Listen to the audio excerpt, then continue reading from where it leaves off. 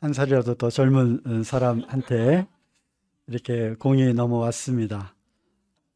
저도 극구 사양을 했는데 마침 어떤 말씀 구절들이 이렇게 좀 생각이 나던 그런 때였어요. 그래서 혹시 이 말씀과 관련된 부분들을 성모들 교회에 또 교제를 하는 것이 좋겠다 이렇게 생각이 들어서 제가 하겠습니다 하고 이렇게 자원을 또 이렇게 했습니다.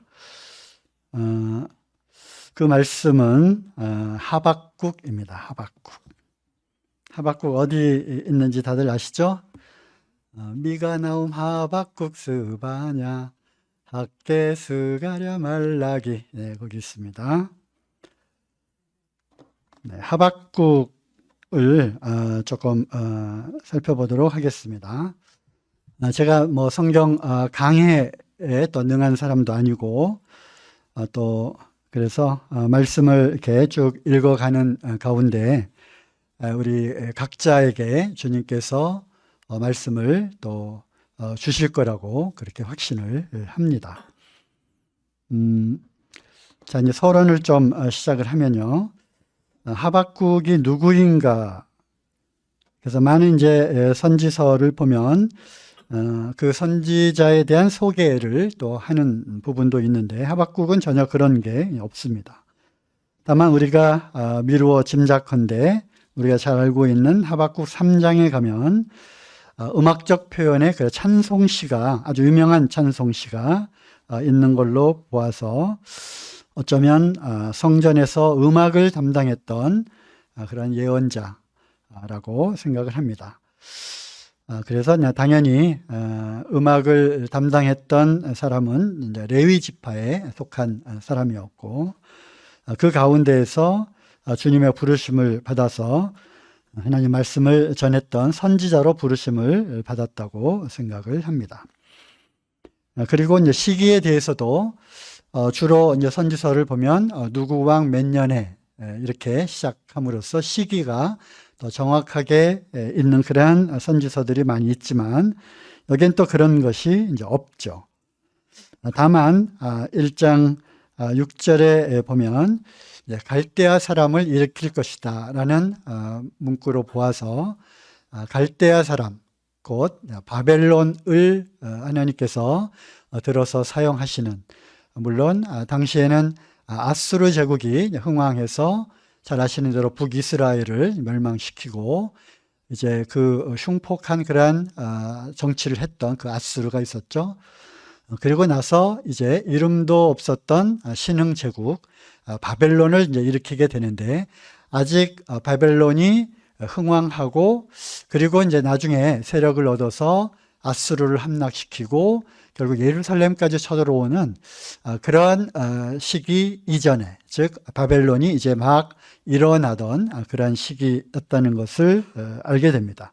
그래서 시기로는 이스라엘의 그러한 왕들을 보게 될 때 이제 열왕기 하를 보시면 복잡한 이제 왕들이 쭉 이제 나오죠. 연대가 거기에 요시야 왕, 즉 종교 개혁을 했던, 그래서 한때 잘못 나갔던 이스라엘이 영적으로 다시 조금 회복됐던 그런 시기가 있었고요. 요시야 왕 죽음 이후에 여호아스라고 하는 또 애굽에서 세운 그러한 왕이 있었는데 불과 3개월밖에는 이제 집권하지 못했고 그 뒤를 이어서 요시야 왕이 11년 동안 이제 남유다를 통치하게 됩니다. 그런 그 11년간의 요시야 왕 때 요시야 왕 3년 차에 바벨론이 이제 예루살렘을 쳐들어오게 되고, 그리고 잘 아시는 대로 3차례의 이제 바벨론 침공이 있게 됩니다. 1차 침공 때 이제 다니엘과 그 귀족들이 이제 포로로 잡혀가게 되죠. 그래서 아직까지 그 일이 일어나기 전이었다고 하는 것이죠. 그래서 많은 사람들이 요시야 왕 초기에, 요시야 왕 그 말기, 그리고 여호야김 초기에 통치 시대 때 있었던 그러한 선지자라고 이제 분별을 합니다. 시대적 배경은 지금 또 말씀드린 대로 이제 하나님께서 일으키신 그 바벨론, 그리고 우리가 다니엘서를 통해서 또 그 당시에 제국이 일어나고 그 근동지방의 패권을 차지할 다니엘 소위 신상을 통해서 이제 보여주셨잖아요. 바벨론으로부터 시작해서 메데 바사, 그리고 알렉산더 대왕으로 인한 헬라 제국, 그리고 로마 시대로 이어지는 그런 신상을 통해서 하나님께서 바벨론을 이제 일으키셔서 결국 아수르를 함락을 시키게 되고 그 여세를 몰아서 이제 남쪽의 그 맹주 애굽까지 이제 쳐들어오면서 그 가운데 있었던 이스라엘이 이제 새우등이 이제 터지게 되는 거죠. 결국 바벨론이 남쪽 애굽 세력을 세계사에서도 유명한 갈그미스라고 하는 그 전투를 통해서 이제 애굽의 세력은 그 이후로 지금까지 이제 2등 국가로 지금까지 이제 전락을 하게 되는 그런 역사적인 그러한 전쟁이 있었어요. 그게 바로 갈그미스 전투이고, 이제 그걸 통해서 완전히 바벨론이 이제 그 근동 일대의 패권을 차지하게 되는 그러한 역사적인 배경을 이제 갖게 됩니다. 따라서 이제 바벨론이 일어나고 구체적인 바벨론 침공이 예언되어 있기 때문에 필시 그 이전에 활동했던 선지자라고 하는 것입니다. 그래서 우리가 이제 열왕기하 후반부를 보면 결국 마지막 왕 시드기야 때 이제 망하게 되죠. 그 시드기야가 이제 눈을 뽑힌 채로 이제 끌려가게 되는데, 그러한 급변하는 국제 정세 가운데 그 가운데서 이제 또 급속하게 요시야 왕 때에 순간적으로 잠깐 종교 개혁을 해서 정신을 차렸던 그거는 이제 잠깐이고, 다시 이스라엘이 엄청난 폐역 가운데로 들어가는 그러한 이제 시기에 이제 있었습니다. 동시대에 활동했던 선지자는 예레미야입니다. 예레미야 아시죠? 그래서 예레미야가 간 눈물의 선지자 예레미야를 통해서 하나님께서 참 부르짖고 이스라엘에게 회개하고 돌아올 것을, 그리고 만약 그렇지 않다면 한 세력, 결국 이제 바벨론이죠.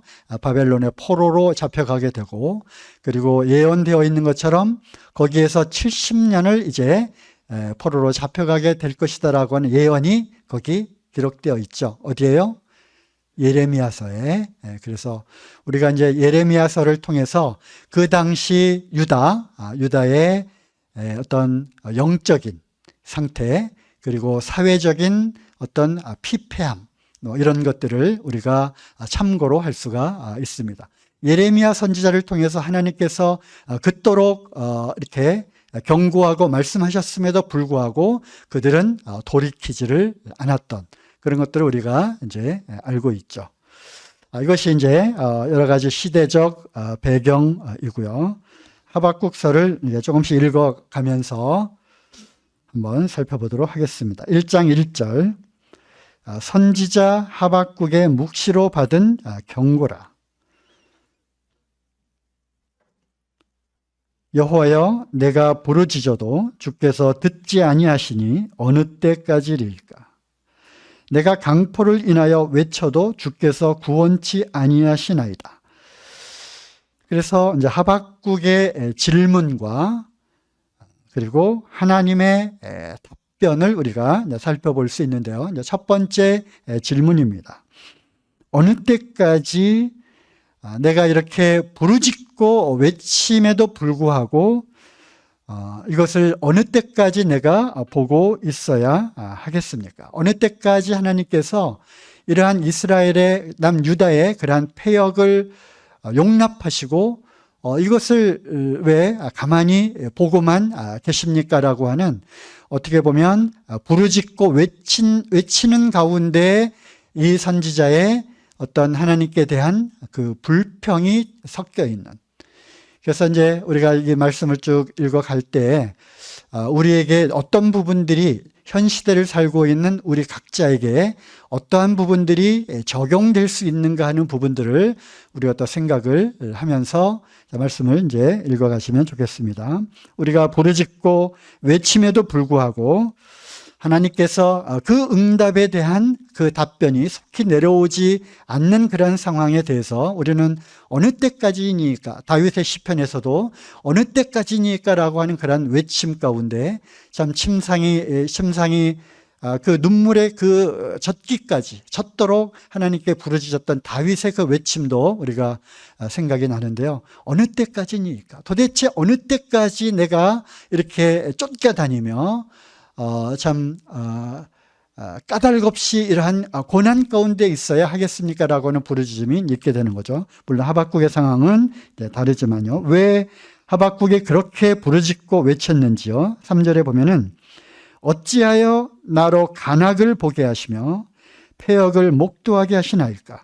대저 겁탈과 강포가 내 앞에 있고 변론과 분쟁이 일어났나이다. 이러므로 율법이 해이하고 공의가 아주 시행되지 못하오니 이는 악인이 의인을 에워쌌으므로 공의가 굽게 행함이니이다.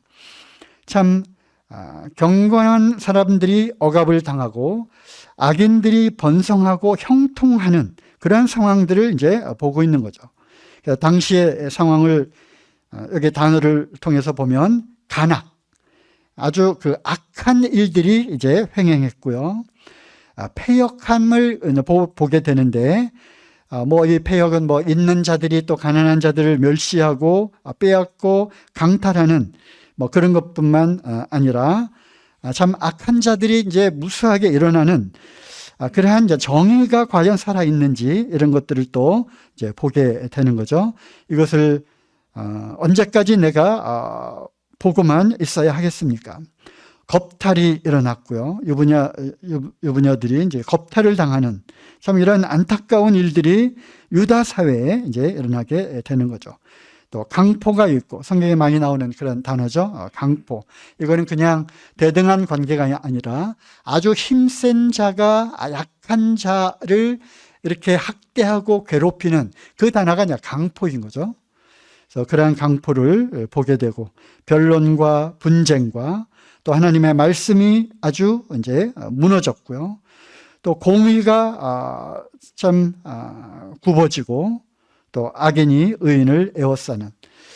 그래서 악인들이 번성하고 오히려 의인들이 이 악인들에 의해서 참 괴롭힘을 당하는 그런 당시에 유대의 그런 상황들을 보면서 선지자가 부르짖고 외치는 거죠.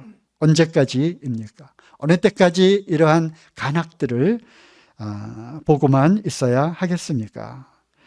사실 이 질문은 오랜 세월 동안 경건한 사람들이 질문을 했던 바로 그것입니다. 그리고 수세기 동안 그리스도인들이 외쳐왔던 그러한 질문이죠. 하나님이 왜 도대체 개입하지 않으십니까? 언제까지 이러한 것들을 보고만 있어야 합니까? 혹시 하나님은 이러한 악인들이 횡행하고 있는 이런 것을 혹시 묵인하고 계시는 것은 아닙니까? 라고 하는 그러한 말할 수 없는 고통 가운데 부르짖게 되는 거죠. 그러면서 이제 5절에 하나님의 답변이 나옵니다. 여호와께서 가라사대 너희는 열국을 보고 또 보고 놀라고 또 놀랄지어다.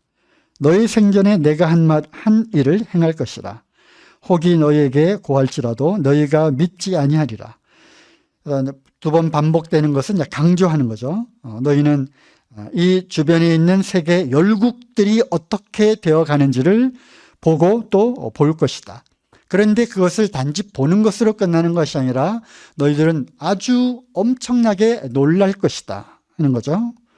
그리고 이것은 너의 생전에 일어날 것이다.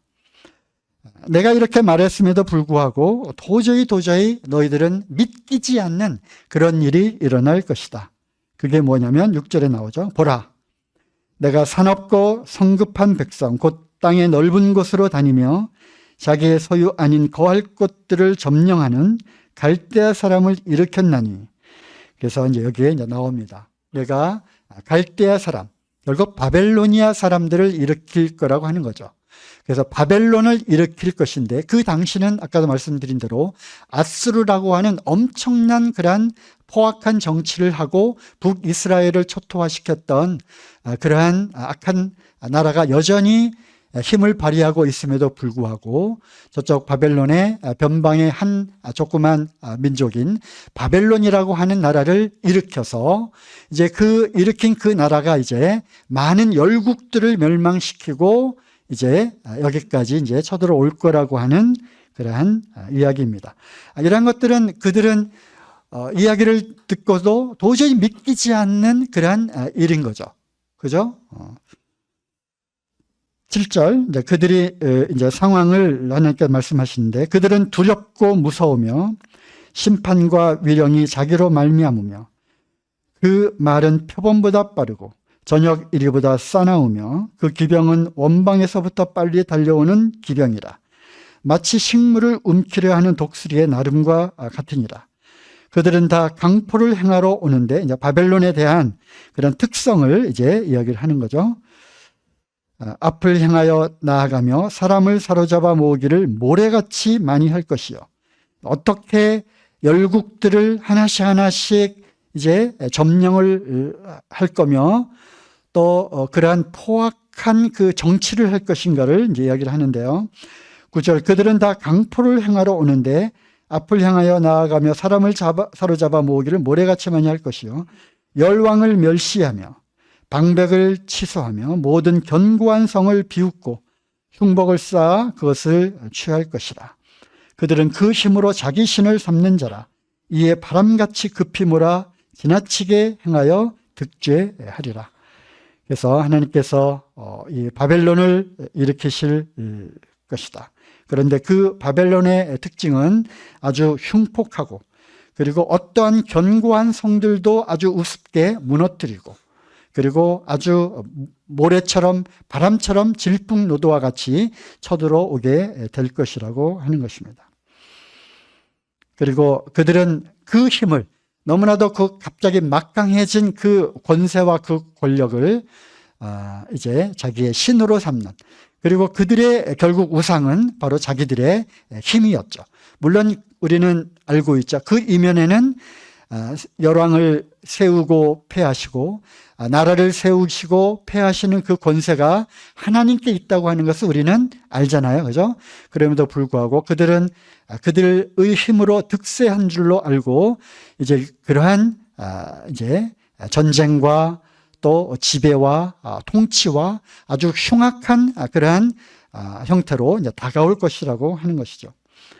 그랬더니 이제 선지자가 12절에 선지자가 가로되 이제 답변을 원했죠. 어느 때까지 내가 이러한 악인들이 하고 있는 이러한 횡포를 보고만 있어야 되겠습니까에 대한 답변을 원했는데 오히려 그 답변은 마치 선지자의 생각에는 궤변처럼 들렸죠. 한 나라를 내가 일으킬 건데 이 나라는 아주 질풍노도처럼 일어나서 이제 다른 나라들을 초토화시키고 성들을 함락시킬 것이다라고 이야기를 하니까 그러죠.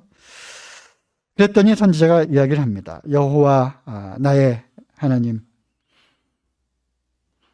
나의 거룩한 자시여, 주께서는 만세 전부터 계시지 아니하시니까 우리가 사망에 이르지 아니하리이다. 여호와여, 주께서 심판하시기 위하여 그를 두셨나이다. 반석이시여, 주께서 경계하기 위하여 그를 세우셨나이다. 하면서 이제 참 이러한 단어 하나에 이런 뜻이 있는 거죠. 하나님, 어떤 하나님이십니까? 여호와 하나님 아니십니까? 이스라엘과 언약을 맺으신 그 하나님, 그리고 이스라엘 가운데 역사하신 그 하나님, 그리고 거룩하신 그분께서 참 이해가 가지 않는 그러한 다시 답변을 하시는데 이것에 대한 또 이제 반문을 또 하는 거죠. 하나님 거룩하신 분 아니십니까? 하면서 이어지는 말씀 가운데는 어찌하여 악한 자들을 들어서 의로운 하나님의 백성들을 치시려 하십니까? 이것이 옳으니까 라고 하는 항변을 하게 되는 장면입니다. 조금 더 읽어보면요. 여호와 나의 하나님, 나의 거룩하신 자시여. 그러니까 이것이 거룩하신 그 하나님께서 하시는 일 과연 맞습니까? 라고 하는 것이 거기에 이제 포함되어 있는 거죠. 그리고 하나님을 이제 반석이라고 또 부르고 있습니다. 13절, 주께서는 눈이 정결하심으로 악을 참아보지 못하시며 패역을 참아보지 못하시거늘 어찌하여 괴율한 자들을 방관하시며 악인이 자기보다 의로운 사람을 삼키되 잠잠하시나이까. 이러한 일이 일어날 거라고 하나님 말씀하셨는데 어찌하여 악인들을 들어서 의로운 백성, 물론 그 당시 이제 유다가 악한 일들을 행했지만 상대적으로 그보다 더 악한 이방인 가운데서도 더 악한 바벨론을 들어서, 즉 악인을 들어서 자칭 의롭다고 하는 이러한 유대 민족을 칠 수가 있겠습니까? 그렇게 허락하시는 가운데 하나님은 그것을 허락하시고 잠잠케 하시겠습니까? 거룩하신 하나님께서라고 하는 질문을 또 하게 됩니다. 주께서 어찌하여 사람으로 바다에 어족 같게 하시며 조건자 없는 곤충 같게 하시나이까? 그가 낚시로 모두 취하며 그물로 잡으며 초망으로 모으고 인하여 기뻐하고 즐거워하여 이제 낚시, 큰 고기를 잡을 때 낚시, 중간 고기를 잡을 때 그물, 작은 고기를 잡을 때 투망 하잖아요. 그래서 이제 낱낱이 모든 것들을 싹쓸이하게 될 것이라고 하는 어떤 그런 이제 비유적인 표현이죠. 16절, 그물에 제사하며 초망 앞에 분향하오니 이는 그것을 힘입어 소득이 풍성하고 식물이 풍성케 됨이니이다. 이제 악인들이 이제 형통하게 될 거라고 하는 것이죠. 그가 식물을 떨고는 그리고 이어서 늘 열국을 사륙함이 옳으니까 이제 세 번째 질문을 하는 거죠. 첫 번째 질문은 1장 2절에 어느 때까지입니까? 두 번째 질문은 3절에 어찌하여 이것을 보아야 한단 말입니까? 하나님 왜 개입하지 않으십니까? 그리고 이제 세 번째 질문은 오히려 의아한 질문하는 거죠. 그렇다고 해서 악인들을 세력을 일으키셔서 우리 민족 하나님의 백성을 징계하시는 것이 과연 옳다고 생각하십니까? 라고 하는 하박국의 의문을 이제 하게 됩니다.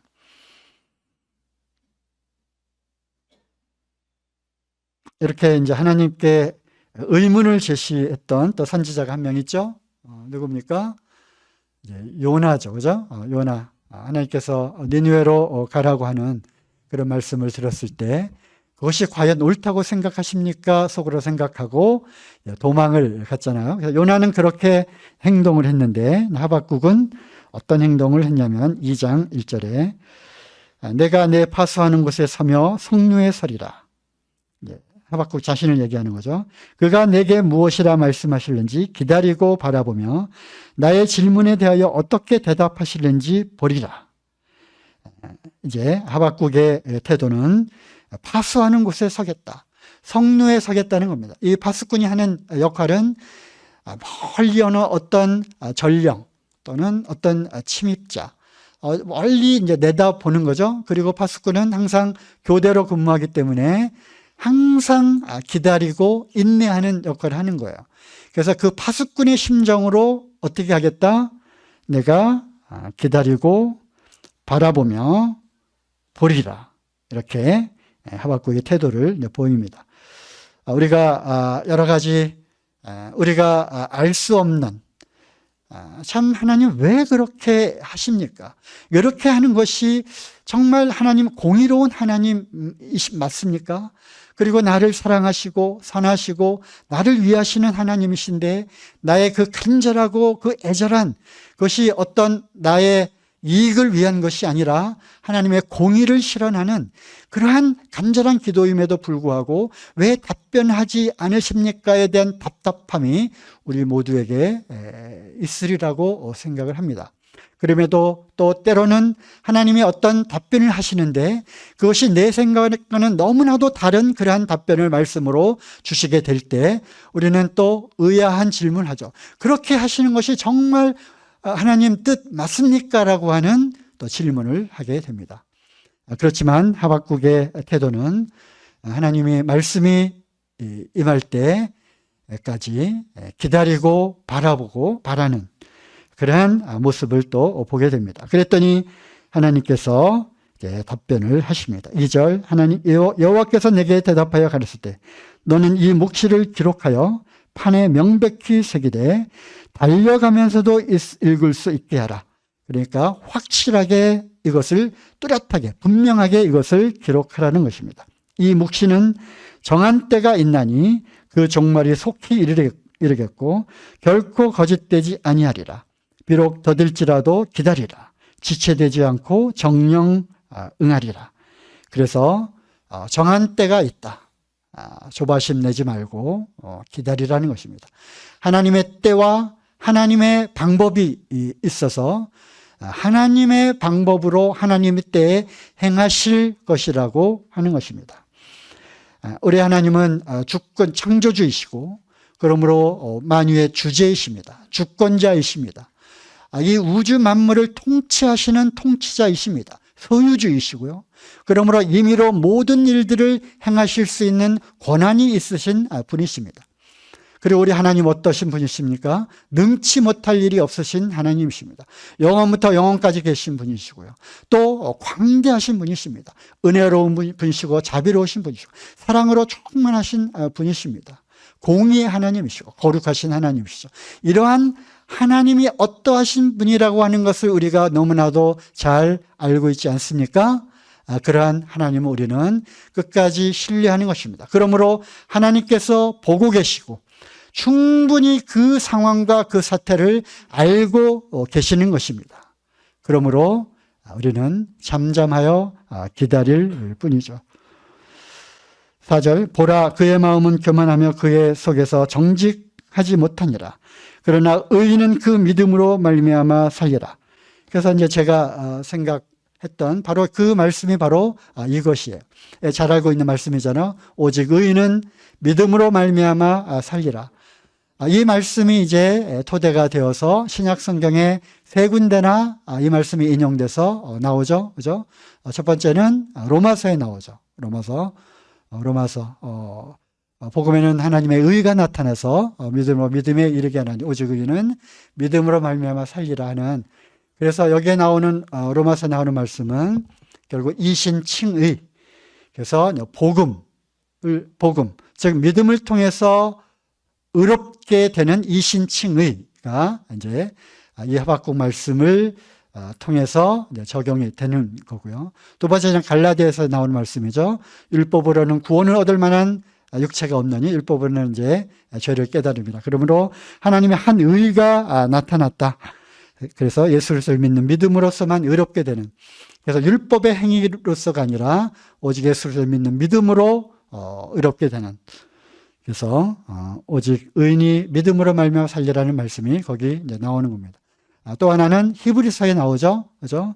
오직 의인은 믿음으로 말미암아 살리라. 또한 뒤로 물러가면 내 마음이 저를 기뻐하지 아니하리라. 우리는 뒤로 물어가 침륜에 빠질 자가 아니오 오직 영혼을 구원함에 이르는 믿음을 가진 자니라. 하면서 11장 믿음장으로 이어지게 되는 거죠. 그래서 여기에서 인용된 하박국의 이 말씀이 여기에서 인용된 까닭은 바로 담대한 그러한 믿음, 어떤 시련과 어떤 어려움 속에서도 믿음으로 살아내는 그것을 이제 강조한 거죠.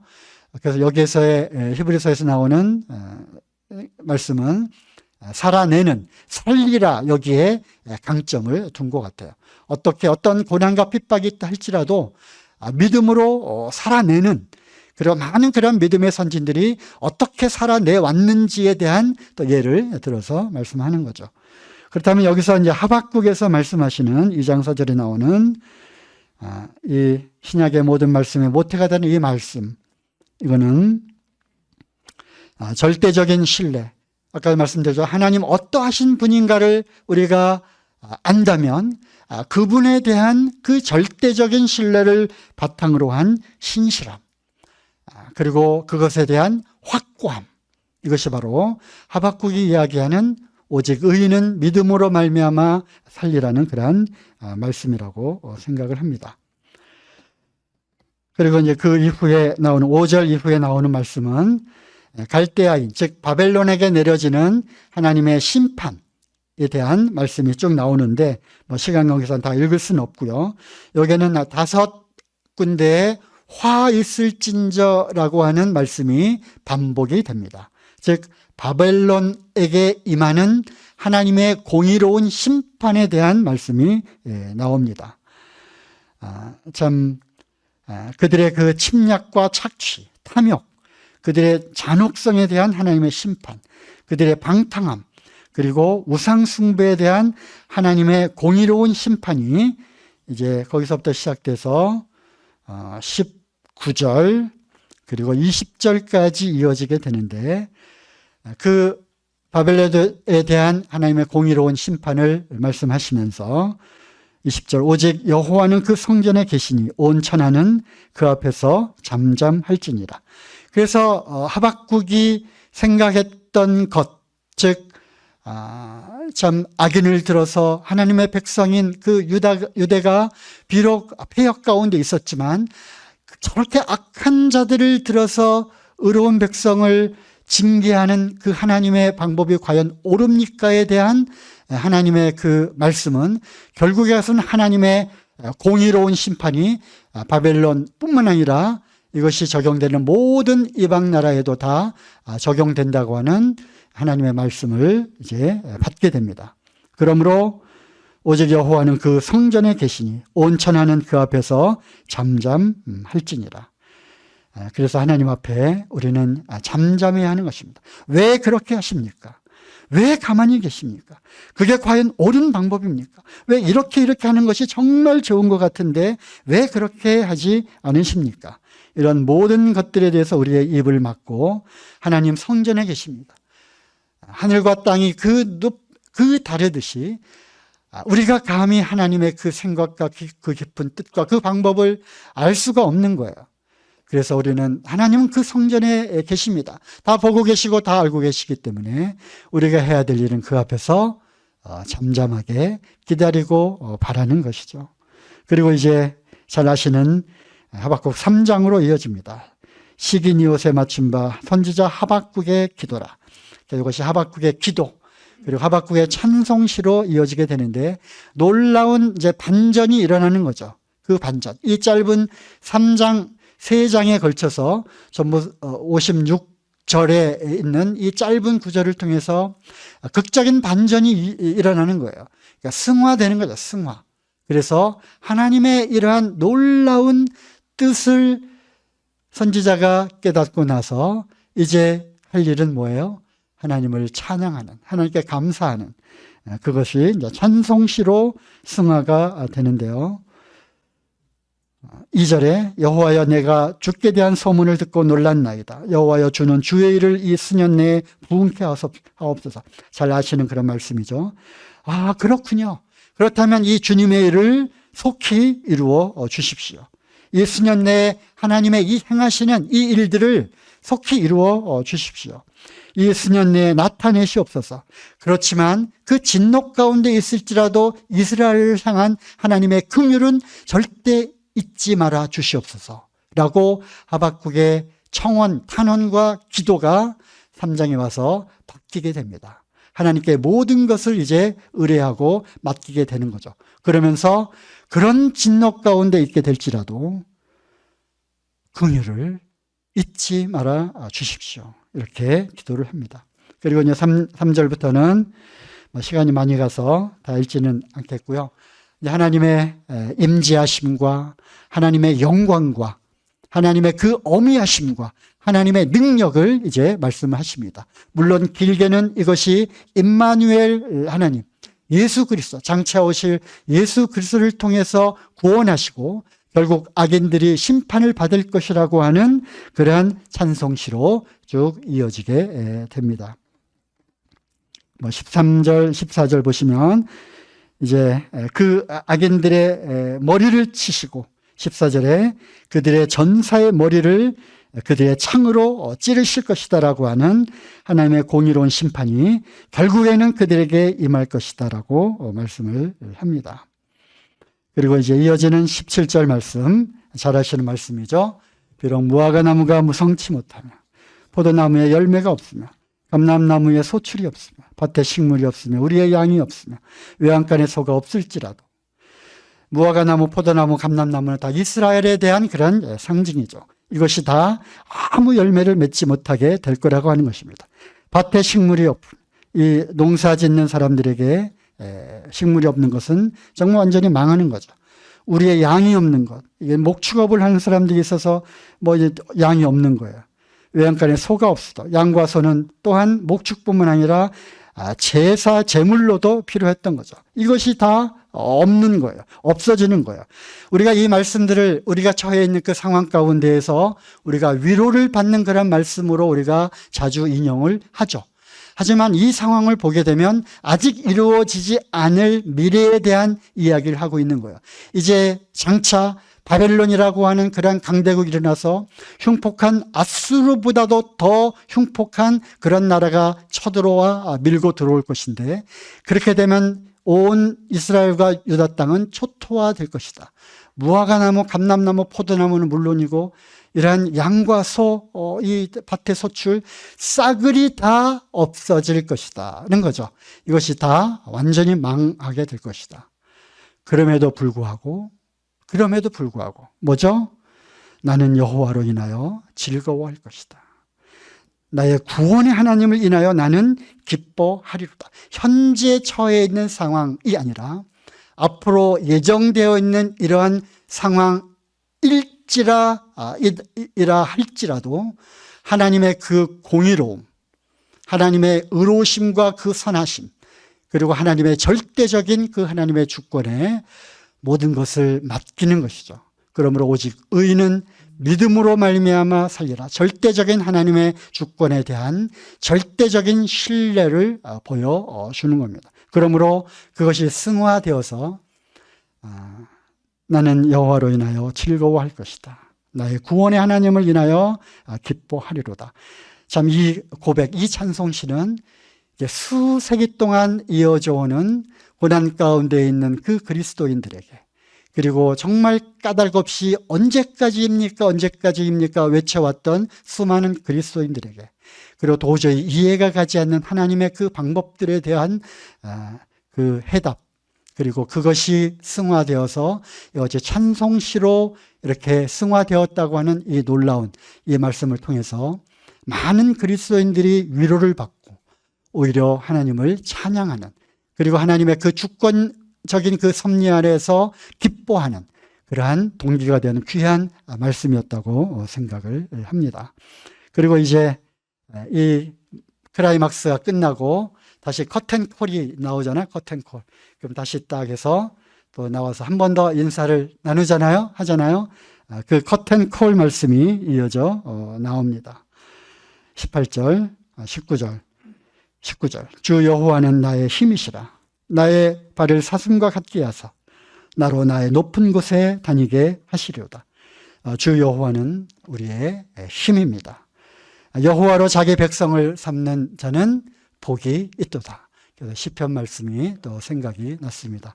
또 이러한 말씀들이 우리 각자 처해 있는 모든 상황과 또 교회와 또 주변의 여러 그러한 환경과 또 이러한 상황 속에서 말씀이 또 위로가 되고 또 적용이 되는 그러한 시간들이 되었기를 바랍니다. 네, 감사합니다.